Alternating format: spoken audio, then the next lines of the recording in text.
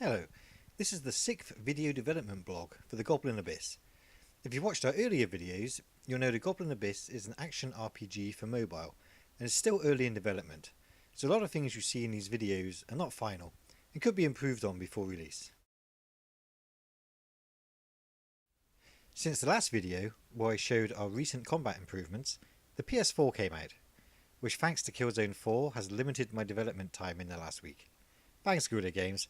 Killzone 4 is great, but I've lost a lot of development time playing it. Oh well, it's all good research. But even with the PS4's release, I've managed to get some work done, and I've started to look at some new effects ideas. This is for iOS initially, and so things like particles and real-time lighting are limited. So I've had to trick a lot of things and bake a lot of the details into light maps and replace dynamics with canned animations, that sort of thing. One of the latest tests I've worked on is a new mist shader. It's basically a transparent object with animated UVs to slide a misty image over the object. It's a simple effect, but it seems to run fine on an iPhone 4 and doesn't need lots of overlapping particles, which would slow down things a lot on a mobile device. As I've mentioned in the past, all the lighting in the game is baked into light maps. Unity also has a great feature called light probes, which help fake lighting on moving characters when there are no real lights in the scene. With both of these features, you can make a mobile game look quite nice. However, it makes it harder to move parts of the environment, because nothing is in real time anymore. One way I've been getting around this is to bake multiple objects and switch their visibility when I need to change something. For example, in this level, there is a hidden button which opens a wall to a secret room. I couldn't easily open the door because the lighting wouldn't change. So instead, I duplicated the surrounding geometry and switched it out once the button was found. This way I have different light maps for the open and closed states of the door. The button is a little way off from the door, so the player won't see the switch. But once sound has been added, there will be an audio cue that the switch did something, and if the door is large, I might add in a slight camera shake to show something is moving.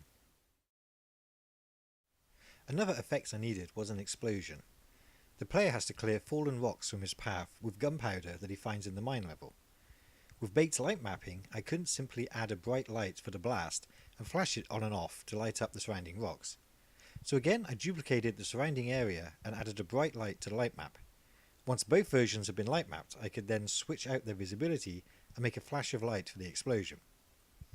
The explosion was done with particles, but I didn't need too many because of the bright light map behind them. Here's the sequence again in slow motion. You can easily see the light map switch, but I think it adds quite a bit to the effect. I still want to add another layer of rocks flying out, but that will be a canned animation done in Maya, sometime in the near future. Even though this game is set mostly underground, the environments would be boring and dull without lighting and plant life. In the Abyss, there is a nice symbiotic harmony between plants, where some will generate enough light for other plants to grow. You might notice that a lot of plants in the levels are grouped for this reason. If there is a fern, then there is usually a bioluminescent plant nearby. For these plants to glow, it's a mixture of light mapping and a simple alpha blended glow object, positioned just above it. It's an old school effect, but it works when the camera angle doesn't change, like in this game. I still have a lot of ideas for new and improved effects, but for now everything I've done runs really well on an iPhone 4. Which is actually getting quite old and slow nowadays. Well, that's about it for this video. For more up-to-date information on the game, please remember to visit the game's website, thegoblinabyss.com, or follow us on Twitter @thegoblinabyss. Well, thanks for watching.